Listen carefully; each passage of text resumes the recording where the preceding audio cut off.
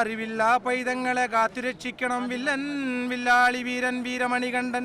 ഓം ഹരിഹരാസുതൻ ചിത്തനയ്യനയ്യപ്പ സ്വാമിയേ.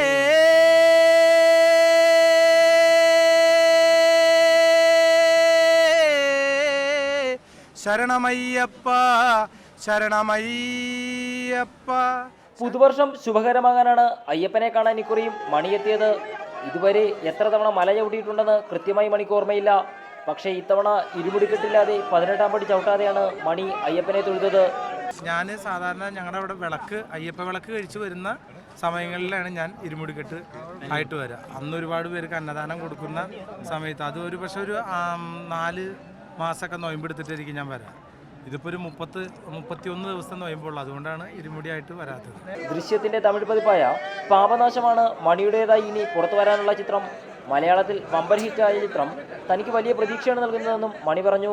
തനിക്ക് ലഭിച്ച സൗഭാഗ്യങ്ങൾക്ക് അയ്യപ്പൻ നന്ദി പറയുന്നതിനോടൊപ്പം എല്ലാ മലയാളികൾക്കും പുതുവർഷാശംസ നേരാനും മണി മറന്നില്ല.